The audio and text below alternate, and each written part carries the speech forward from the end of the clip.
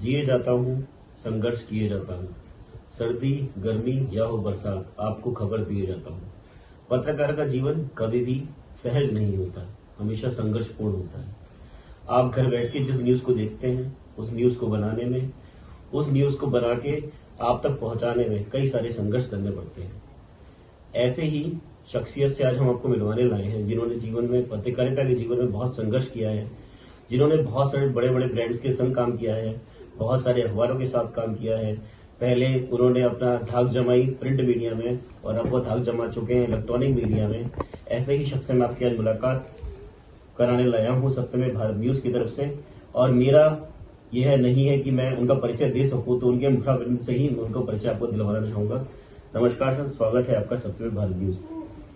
मैं शरद शंकर, आज अमर उजाला में मैं बिजनेस एसोसिएट हूं और अपना डिजिटल न्यूज चैनल है SKS24 न्यूज चैनल। और पत्रकारिता में मेरा करीब 35 वर्ष का लंबा सफर रहा है और स्टिंगर से लेके बड़ी पोस्ट तक मैं रहा हूं। आउटपुट इंचार्ज रहा, इनपुट इंचार्ज रहा। 7 स्टेट और 25 जिलों में मैंने पत्रकारिता की है और 2 मैंने बुक लिखी है, नई कहानी और नई कविता पर। जैसे सर ने कहा कि सर का एक बहुत पुराना और बहुत अच्छा एक्सपीरियंस है पत्रकारिता में, तो उसके बारे में भी हम कुछ जानना चाहेंगे। पत्रकारिता में काफी चेंजिंग आए हैं। जो पहले पत्रकारिता, अगर आज से 15 साल पहले की जो पत्रकारिता थी वो फील्ड की पत्रकारिता थी। अब पत्रकारिता टेबल की पत्रकारिता होती जा रही है और जो नई टेक्नोलॉजी आई है उसमें पत्रकारों को उसने आलसी बना दिया। पहले कोई भी घटना होती थी तो बेसिक फोन हुआ करते थे और मोबाइल का इतना जमाना नहीं था, ना इतना नेट का वो सुविधाएं थी। तो रिपोर्टर भागता था और कोई भी कवरेज हो, दोनों में अंतर आप साफ देख सकते हैं कि ये डेस्क न्यूज है या फील्ड की न्यूज है। और मौके पर जाकर की हुई कवरेज ही वास्तव में सच्ची पत्रकारिता होती। डेस्क पर बैठ के कोई भी कहानी, रिपोर्टाज और फीचर लिखे जा सकते हैं, लेकिन फील्ड की रिपोर्टिंग डेस्क पे बैठ के नहीं होती। जो आज अखबार हो या कोई चैनल हो, विज्ञप्ति और नेताओं के स्पीच इस पर केंद्रित होकर रह गए हैं, इनका विस्तार रूप देना जरूरी है। ज्यादातर चैनल्स पे आजकल देखा भी ये जाता है कि उन्होंने 4-5 लोगों को इन्वाइट करते हैं और डिबेट स्टार्ट करते हैं, चाहे वो किसी मुद्दे पर, ज्यादातर तो हिंदू मुस्लिम मुद्दे पे। आपका इस बारे में क्या विचार है? एक कहना चाहिए, सारी चीजें सीमाओं में बंद के रह गई हैं और हर प्रोफेशन में गिरावट आई है। उसी तरह से इस पत्रकारिता में के पेशे में भी गिरावट आई है और सबसे बड़ा दोष इसमें बाजारवाद का है। बाजारवाद जितनी तेजी से फैला है, हर प्रोफेशन में बाजारवाद हावी है, चाहे पत्रकारिता हो या कोई भी हो। इसी तरह क्योंकि आज की तारीख में टेक्नोलॉजी और सिस्टम इतना महंगा हो गया कि उसे बगैर कम पूंजी के नहीं चलाया जा सकता। तो जहां विज्ञापन की बात आती है, फिर वहां खबरों से समझौते होते हैं। जहां TRP की बात आती है तो सीधा सा सवाल है, आपने किसी को अगर 1000 रुपए दान दिए तो वो खबर नहीं बनती। आपने किसी से 10 रुपए छीन लिए तो वो खबर बनती है। आज की तारीख में हर अखबार, हर चैनल का अलग एक मार्केट है। मार्केट से मीन्स ये है कि आज कोई भी न्यूज़पेपर हो, हर किसी की भाषा शैली अलग है, हर किसी का पाठक वर्ग अलग है। आज पाठक वर्ग को अपने से बांधने की होड़ लगी हुई है। आज अगर सीधे तौर पे देखें तो अगर रिक्शे वाले का मर्डर हो जाता है तो रिक्शे वाले के मर्डर की खबर सिंगल कॉलम या 2 कॉलम खबर बनेगी। उसी तरह से मर्डर, सेम वही कारण, चाहे रुपए का लेन देन का या सेम वही हो, वही आज अगर शहर के किसी बड़े व्यापारी, व्यापार मंडल अध्यक्ष या किसी विधायक का हो जाता तो पूरा पेज रंग जाता है। पेज इसलिए नहीं रंग जाता कि हत्या उसकी हुई, बोली वही थी, मारने का तरीका वही था, विवाद वही था। यहाँ सवाल आता है रीडरशिप का। सारा अखबार और इलेक्ट्रॉनिक चैनल का है कि अगर रिक्शे वाले की अगर उसके साथ कोई अन्याय हुआ, हम उसकी खबर चला रहे हैं, उसका मिलने वाला कितने लोग, उसकी मिलने वाले कंपनी के लोग, उनकी परचेजिंग पावर कितनी है। तो वो 10 लोग उसके रिश्तेदारों के रिश्तेदार, तो वो उतना नहीं असर पड़ेगा। अगर वही किसी पूंजीपति, किसी सेलिब्रिटी, किसी हाई प्रोफाइल व्यक्ति की अगर हम खबर देते हैं तो उसके जो पढ़ने वाले, उसके जो रिश्तेदार है, मिलने वाले होंगे, वो परचेजिंग पावर होगी तो उसकी रीडरशिप बढ़ेगी, तो उसकी टीआरपी बढ़ेगी। जब टीआरपी बढ़ेगी तो अखबारों को फायदा होगा, अखबार फायदा होगा तो वो कार भी खरीदेंगे, बाइक भी खरीदेंगे। इसी तरह से उसका जो चैनल की आपने बात की, उसमें भी टीआरपी का सवाल है। जो चटकारे मैंने आपको उदाहरण दिया कि 1,000 रुपए दान करिए तो आपकी खबर नहीं बन रही है, आप 10 रुपए छीन लीजिए किसी के थप्पड़ मार के, तो उसमें टीआरपी की आपने एक वकील साहब ने या पत्रकार ने, नेताजी ने 10 रुपए रिक्शे वाले के थप्पड़ मार के छीन लिए, इसे सब लोग पढ़ना चाहेंगे। तो वो एक आज के जो राजनीतिक माहौल कह लीजिए या वर्तमान माहौल, तो वो उसी पे टीआरपी है। बहसबाजी लोग देखना चाहते हैं कि ये मारधाड़, लड़ाई झगड़े, एक दूसरे को गाली देते हुए, तो इसलिए वो है वो, लेकिन वो तरीका गलत है। आपको 35 वर्षों का लगभग अनुभव है पत्रकारिता में, क्या आज की पत्रकारिता को आप निष्पक्ष पाते हैं? मैंने पहले भी कहा कि हर प्रोफेशन में गिरावट आई और सब गलत भी नहीं है और सब सही भी नहीं है, लेकिन गलत का, निगेटिव का तेजी से प्रचार होता है। अफवाहों को सत्य की शकल देने वाले हर कोई नहीं है, वो बहुत कम संख्या है। तो पत्रकारिता आज भी निष्पक्ष है, विश्वसनीय है और आगे भी विश्वसनीय रहेगी। वरना अगर विश्वसनीय नहीं होती तो सोशल मीडिया की तरह आज इसकी विश्वसनीयता भी खत्म हो गई।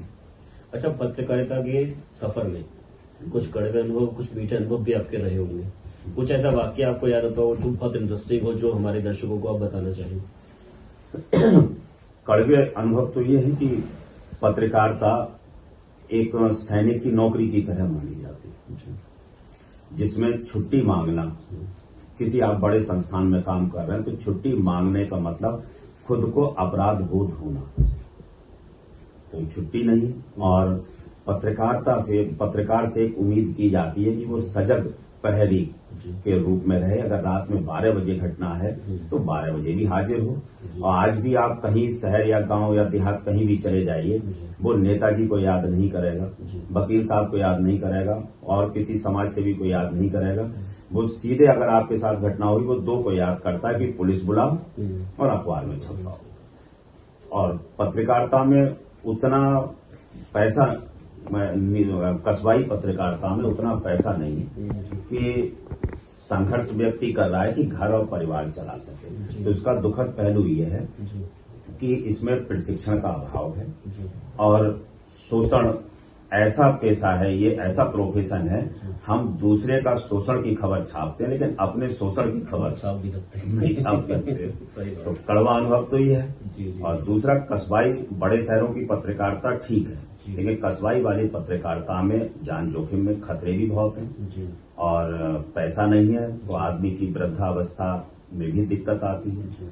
और इंटरेस्टिंग ये है कि इसमें व्यक्ति एक रोमांचित, हर समय ऊर्जा से भरा हुआ रहता है और घूमने फिरने का जिसे शौक है और ऊर्जावान है, क्रिएटिव है, नए उसके विचार हैं, नए लोगों से मिलना रहता है, यही घटनाएं हैं। और दूसरा जो आपने कहा, बहुत कोई वैसा सुखद रहा हो, इंटरेस्टिंग रहा हो, तो उसमें इंटरेस्टिंग एक जम्मू कश्मीर का है। मैं जम्मू कश्मीर में अमर उजाला में ही था, तो परिवार के साथ जाना था मुझे एक कवरेज पे, और मैं एक गलती कर बैठा कि गाड़ी से परिवार को भी साथ ले लिया। और एक वहां डीआईजी थे, उनके डीआईजी के स्टेनो थे, जिस कोठी में मैं रहता था उसी कोठी में डीआईजी के स्टेनो भी रहते थे। हम और परिवार सहित गुलमर्ग घूमने गए। कवरेज हमें श्रीनगर उसकी करनी थी, तो लालच ये था कि कंपनी से टैक्सी मिल गई है तो परिवार के साथ ही हो लें, गुलमर्ग वगैरह सब देख लेंगे। गुलमर्ग से जब वापस आ रहे थे तो डीआईजी के जो स्टेनो थे उन्होंने कहा कि हमारे घर पे आप रुककर तब जाएंगे। तो मैं वहां से, मैंने कहा कितनी दूर है, तो बोले आप कहाँ हैं, मैंने कहा गुलमर्ग है। तो बोले बस वहां से 5-10 किलोमीटर चले आइए। समय हो रहा था 3 बजे। तो हमने कहा 5-10 किलोमीटर है, वहां से बढ़ लिए। जब 5 किलोमीटर पे पहुंचे तो उन्होंने कहा बस सर 5 किलोमीटर और चल लीजिए। आगे बढ़ गए फिर हमने कहा वापस जा रहे, नहीं बोले बस 5-6 किलोमीटर मैं सड़क पे खड़ा हूँ। करते करते बुद्धि खराब थी या क्या थी, मैं करते करते 3 बजे निकले, गुलबर्ग से लौट रहे थे, हम आ गए थे 45 किलोमीटर या 50 किलोमीटर। अब जब वो 6 बजे से जब हम उस रोड से निकल रहे थे, उनकी तरफ जा रहे थे, हमें जानकारी नहीं थी कि वहां 6 बजे ही शटर गिरने लगे। और वहां जो श्रीनगर में जब आतंकवाद का दौर था, ये 2013 से पहले की बात बता रहा हूँ, 11-12 की, तो वहां स्पीड ब्रेकर होते हैं, स्पीड ब्रेकर के बराबर में ही टीम खड़ी रहती है और उसके पीछे सैनिक छिपे होते हैं। तो जैसे ही आप गाड़ी स्पीड ब्रेकर से निकलती है, हल्का सा कंपन होता है, टीम में कंपन होता है, वो माउजर स्टैंड गन लिए हुए तुरंत आ जाते हैं। हमने जैसे ही 1-2 स्पीड ब्रेकर पार किए, सैनिक वो सब आने लगे। अब हम पहुंच जाते हैं, नाम ध्यान यार, अफजल गुरु के गांव पहुंच जाते हैं, हमें जानकारी भी नहीं थी। अब वहां देखा 6:30 पौने 7 बजे सब बाजार बंद और सारी चीजें बंद हो गई। और जब वहां से हम निकल के गए हैं तो हम पीछे देखते हैं, पीछे आतंकवादियों ने 2 लोगों को तब तक मार दिया था। अब आगे जब हम पहुंचे हैं, थोड़ा और आगे बढ़े हैं, ड्राइवर उतर के खड़ा हो गया, जम्मू का नंबर था और जम्मू का ही ड्राइवर था। वो खड़ा होकर रोने लगा, उसने पिता को फोन किया कि ऐसे ऐसे मैं फंस गया हूं। तो उन्होंने बताया कि यहाँ आपको दिल्ली की गाड़ी या और कहीं की नहीं, जम्मू का जो नंबर होता उसको देख के ज्यादा टारगेट करते हैं। तो इस तरह से फिर हमने कहा, वहां एक बार को लगा कि 2 बच्चे, पत्नी और ड्राइवर, तो मैंने कहा आज अंतिम समय है। वहां से जब जैसे तैसे आगे बढ़ते संपादक को फोन किया तो संपादक ने कहा कि ये 23 जिलों में 12 जिले आतंकग्रस्त घोषित है, ये उनमें से आ रहा। अफजल गुरु के गांव तुम पहुंच कहां से गए? हमने कहा हमें नहीं पता। इधर वो डीआईजी वाला वो अपना इंतजार कर रहा। तो हम धीरे धीरे करके बारामूला पहुंच जाते हैं 7 बजे के समय। अब जब वहां जाते हैं, वो चौराहे पे बच्चों के साथ खड़ा होता है। तो एक तो वहां रास्ते में बिल्कुल ये लगा कि अब वापस लौट के नहीं जाएंगे, और सामने ही आतंकवाद की गोली चलते हुए भी देख रहे हैं, और सब वो जैसे ही हम निकल के जा रहे हैं वैसे ही उन्होंने किया और मर गए। जब बारामूला पहुंचते हैं तो वहां सांसद थे और एक जो चौराहे पे वो मिल जाता है, उसके साथ हम चले जाते हैं। जाने के बाद जब वो ले जाता है तो एक बहुत पतला सा सकरा सा रास्ता है और बाहर टीन पड़ी हुई, उसने टीन हटाई। अब गाड़ी उसने कहा ऊपर चढ़ा दीजिए। अब गाड़ी पतली सी गली में ऊपर गाड़ी चढ़ा दी। अब ड्राइवर फिर वहां रोने लगता है। वो कहता है सर इसमें तो पीछे लौटने के ही नहीं, आगे गाड़ी मोड़ने के नहीं। तो हमने कहा हम कहाँ फंस गए। तो फिर जब आगे जाते हैं तो वो फिर जब वो टीन हटाता है, वो और खोलता है तो एक फिर अंदर पूरा महल जैसा, बारामूला सांसद का घर, उसके बराबर में वो घर। फिर जब वो कहते हैं रुकने के लिए कि नहीं आज यहीं रुकना पड़ेगा, आप रुकिएगा। तो ये 2 क्षण ऐसे थे जो लगा कि बिल्कुल मौत के मुंह से निकल के आए। लेकिन फिर उन्होंने अपना स्पेशल फोर्स भेज के श्रीनगर तक हमें रात में 9 बजे छुड़वाया। एक साथ कटु अनुभव भी हुआ आपको और एक साथ अच्छा अनुभव भी हुआ, दोनों एक साथ रहे कि एक पल को आप ये सोच रहे कि जान भी जा सकती है, हाँ, और दूसरे पल वो सम्मान के साथ आपको ऐसे पत्रकार उन्होंने घर पे ठहराया। अच्छा, आप बहुत पुराने समय से राजनीति से भी जुड़े रहे हैं, आपका विशेष कह सकते हैं इंटरेस्ट भी रहा है राजनीति में जी। तो राजनीति बताई हुई है, इंडिया की पूरी राजनीति के बारे में आप क्या कहना चाहेंगे? राजनीति अब जो है वो कारपोरेट कंपनी होके रह गई है। अब राजनीति नहीं रही, कारपोरेट कंपनी है जो आने वाले समय में और वर्तमान में जितना अधिक पूंजी के साथ इन्वेस्ट कर सकेगा राजनीति में, और जितना कारपोरेट ऑफिस की तरह अपना संगठन चला सकेगा वही सफल होगा, जो जमीन से जुड़ा हुआ रहेगा। बाकी अब राजनीति में इतना परिवर्तन आ गया कि एक कोई समय होता था कि बगैर पूंजी के, आपकी पहचान के, आपके संघर्ष के राजनीति में कहीं अच्छा पद पा सकते। अब वो समय काफी हद तक बदल गया। राजनीति में जमीन आसमान का होता है। अच्छा, एक वाकया मुझे याद आता है आपका जी, कि शादी की लगन थी और आप रिपोर्टिंग कर रहे थे, थोड़ा उसके बारे में भी दर्शकों को बताइए। 1995-96 का समय था। मैं अमर उजाला में यहाँ पॉलिटिकल बीट देखता था। नगर पालिका के चुनाव थे, 1995-96 की बात थी। उस समय सैयदबाड़ा, सोते मोहल्ला और कई सेंसिटिव बूथ हुआ करते थे। तो जिस दिन मेरी लगन आने को थी उसी दिन मतदान था, और अखबार में पत्रकारिता में छुट्टी का सवाल ही नहीं उठता। तो लगन वाले जो हमारे ससुराल वाले लोग थे वो 7 साढ़े 7 बजे आ गए थे। जी। और मैं फिर काम निपटा के 8:30 बजे करीब रिपोर्टिंग करके आया, नहाया, कपड़े चेंज करके तब मैं फिर लगन पर बैठा। तो उस दिन पता मेरा धर्म और कर्म पहले कर्म को पत्रकारिता थी, जी। उसके बाद फिर मैंने अपना ये लगन पे आया। पुरुष से महापुरुष बनने की यही पहचान होती है कि आप कर्म को प्राधान्यता दें, न कि अपने धर्म को। जहां तक छुट्टी ले सकता था, लेकिन मैंने कहा कि छुट्टी एक दिन में दोनों काम जी। करेंगे, आगे पीछे एडजस्ट हो सकते हैं तो हो सकते हैं। जी।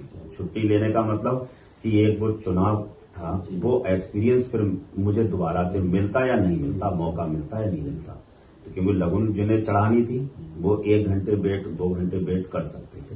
लगन का अवसर तो मिल सकता था, लेकिन वो जो समय बीत गया उसे वापस लाना बहुत मुश्किल, इसलिए मैंने चुनाव को पहले प्राथमिकता। आप एक डेयरिंग पत्रकार भी रहे हैं। एक वाकया याद आता है कि आप पुलिस की जीप में बैठ के कवर करने चले जाया करते थे, जरा उसके बारे में भी कुछ बताएं दर्शकों को। पत्रकारिता हो या कोई भी प्राइवेट सेक्टर की सर्विस हो, तो प्राइवेट सेक्टर की सर्विस में कोई भी ऑनर होता है या मालिक होता है, तो आप उसमें कुछ करके दिखाते हैं तब कुछ हासिल करते हैं। गवर्नमेंट सर्विस में आप पहले हासिल करते हैं फिर करते हैं, तो ये दोनों में विपरीत अंतर है।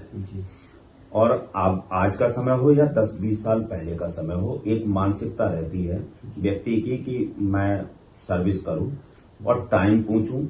सबसे पहला बेरोजगार व्यक्ति का सवाल होता है कि साहब कितनी सैलरी मिलेगी, कितनी छुट्टी मिलेंगी और क्या टाइमिंग रहेगी।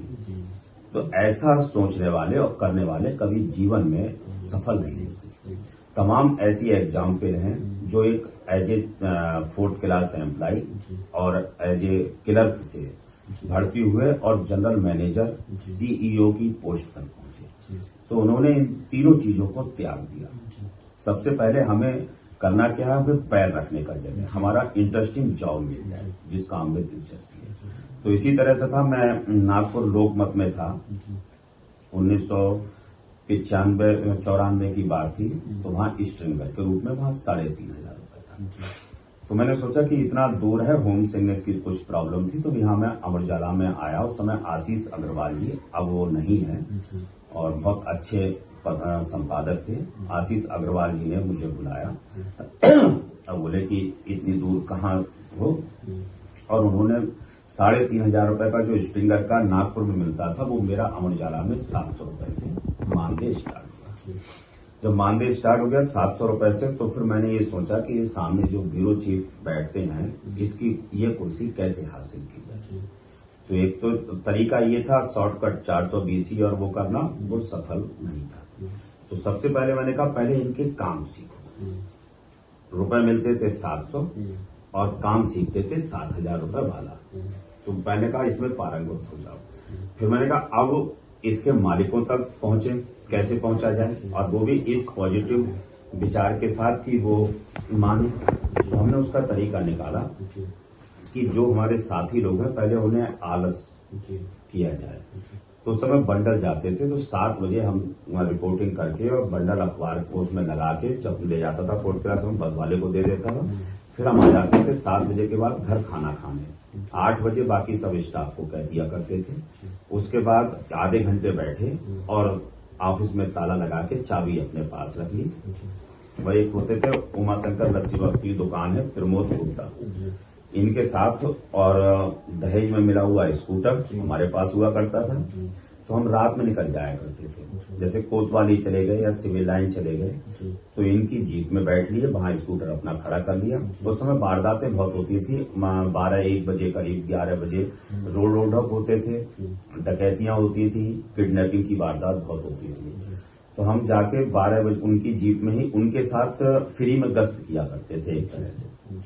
अगर कहीं 12 बजे 1 बजे कोई घटना हुई तो उन्हीं की जीप से, वो मौके पे जब तक हम कहते थे आप जांच पड़ताल करिए, हम उनकी जीप से वापस आते थे। और यहाँ कैलाश टाकीज और ये रेलवे रोड पे ऑफिस हुआ करता था, फैक्स से चला करते थे उस समय। आके ऑफिस खोला, जल्दी जल्दी फैक्स लिखा और खिसका दिया। एक बार घटना हुई, 2 बार हुई, 3 बार हुई, दूसरे अखबारों में कोई वो घटना होती नहीं, छपती नहीं थी। तो मालिक ने हमें फिर पूछा कि अखबार लेट क्यों होता, और अखबार लेट होना सबसे बड़ा गुनाह है। तो उन्होंने कहा क्यों हुआ, तो ये रात में ये घटना थी कि 2 लोग मरे, 2 जगह डकैती पड़ी, दूसरी जगह थी नहीं थी। तो ये सिलसिला चलता रहा। तो उन्होंने 2, 3, 4 बार जब अखबार लेट हुआ तो उन्होंने कहा कि जो खबर दे रहा है तो उसका भी परिश्रम देखा जाए कि इस कटाकटी के जाड़े में बरसात में 2 बजे वो भी टहल रहा है। तो हमें बुलाया गया। उसके बाद हमारा पहले महीने 700, फिर 1500, फिर 2-2500, फिर 3-3,500, इस तरह से 6 महीने में हम जो थे जूनियर सब एडिटर की पोस्ट से हमारा परमानेंट हम हो गए। उसके बाद सिलसिला फिर बढ़ता चला गया। बढ़ने के बाद फिर हमें लगा कि एक अच्छी सैलरी हो, तो प्राइवेट सेक्टर में इतनी जल्दी प्रमोशन मिलते नहीं। प्रमोशन का एक अपना तौर तरीका है, HR डिपार्टमेंट होता है। उसके लिए फिर हमने तरीका अपना, हमने कहा ट्रांसफर से लोग डरते हैं, हमने ट्रांसफर इसे पॉजिटिव लिया। हमने कहा ट्रांसफर लेके एक तो फ्री में नए नए शहर घूमने को मिलेंगे, नया एक्सपीरियंस होगा और इंक्रीमेंट मिलेगा। तो हमारे जो साथी थे, जब हमने हरियाणा रोहतक से छोड़ा, तो जो हमारे शुरू के साथी थे उन सबसे अधिक वेतन के साथ हम थे, तो हमने छोड़ा और परमानेंट भी जल्दी हुए, वेतन भी अच्छा हासिल किया और 45 की एज पे हमने ब्रेक दी। अच्छा, आपसे संक्षिप्त में मैं ये जानना चाहूंगा कि आपने काम डिजिटल मीडिया में आप कर रहे हैं काम, आज की डेट में इलेक्ट्रॉनिक मीडियम से जुड़े हैं आप और आप प्रिंट मीडिया से भी जुड़े हैं। दोनों में डिफरेंस क्या देखते हैं, अंतर क्या देखते हैं? देखिए, आने वाले समय में डिजिटल मीडिया ही चमकेगा। ऐसा नहीं है प्रिंट मीडिया खत्म हो जाएगा, लेकिन प्रिंट मीडिया का डाउनफॉल वर्ल्ड में शुरू हो चुका है और जीवित रहेगा, विश्वसनीय रहेगा, स्थापित रहेगा, लेकिन कम होगा। क्योंकि डिजिटल मीडिया ये कि सारा दुनिया कर लो मुट्ठी में, तो दुनिया आज पूरी मोबाइल में आती है और 2025 में 25 की छमाई तक 5G गांव-गांव, घर-घर पहुंचने वाला है। जब वो पहुंच जाएगा तो आप देखेंगे इलेक्ट्रॉनिक मीडिया में भी क्रांतिकारी परिवर्तन आएगा। और दूसरा ये है कि आज की तारीख में लोगों के पास समय नहीं है। अखबार की पूरी लाइफ जो है, सिर्फ अगर पूरा अखबार आप पढ़ेंगे तो 40 मिनट भाव है और अखबार के लिए जो कॉलम बनते हैं वो भी इसी हिसाब से बनते हैं। सुबह सिर्फ जितनी देर में चाय के कप खत्म होता है, चाय खत्म होती है, उतनी देर ही आदमी अखबार पलटता है। टीवी के लिए, टीवी घर पे बैठे, ऑफिस में बैठे तो इतना टाइम नहीं, तो मोबाइल में ही देखेगा और पूरा इलेक्ट्रॉनिक चैनल हो, डिजिटल चैनल हो, आने वाला सुनहरा भविष्य जो है वो डिजिटल मीडिया का, क्योंकि ये आम पहुंच तक है। एंड्रॉयड फोन और ये सारी चीजें रिक्शे वाले मजदूर से लेके सेठ साहूकार सबके हाथ में है। हमारे चीफ एडिटर विकास माहेश्वरी जी एक समाज सेवी भी हैं, काफी सहयोग रहता है उनका सामाजिक कार्य में, राजनीतिक कार्य में भी। उनके बारे में आप क्या कहना चाहिए? बहुत के मित्र भी बहुत अच्छे, सहृदय और सहयोगी और एक अच्छे मित्र के रूप में एक बढ़िया इंसान।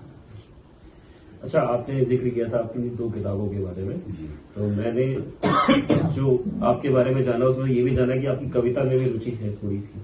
नई कविता, नई कविता, ओस की बूंद लिखी, नई कहानी लिखी, तो उसमें लय सुर ताल नहीं होता, उसमें अर्थ होता है। ऐसे तो वो 4 लाइनें कुछ हो जाए जो आपके दिल के बहुत करीब है, जो आपने बहुत अच्छी लिखी हो, आपको लगता है कि ये तो बेस्ट था। इसे लिखे हुए भी करीब 15 साल हो गए, तो कुछ उनमें से 4 लाइनें ध्यान आना मुश्किल होगा। चलिए कोई, क्योंकि उसमें लय सुर ताल नहीं होती, वो अर्थ ही उसमें भाव ही देखे जाते हैं, भाव निकलते हैं। बगैर लय की जो कविता है वो नई कविता।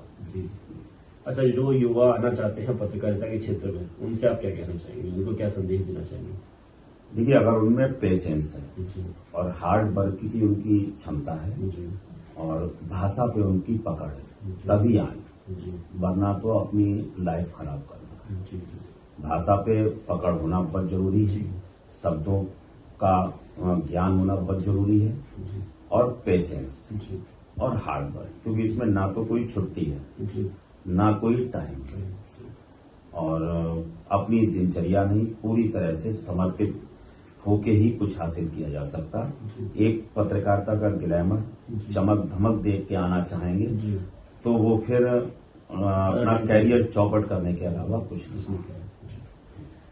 अच्छा, आपकी पत्रकारिता और हमारा एक डिजिटल मीडिया चैनल है, सत्यवे भारत न्यूज, इसके बारे में आप कुछ कहना चाहेंगे? सत्यवे भारत एक अच्छा काम कर रहा है और इन्होंने जो परंपरा शुरू की है, आज शहरों में सेमिनार और इंटरव्यू, इसकी परंपराएं लगभग खत्म तो नहीं लेकिन बहुत कम हो चुकी है।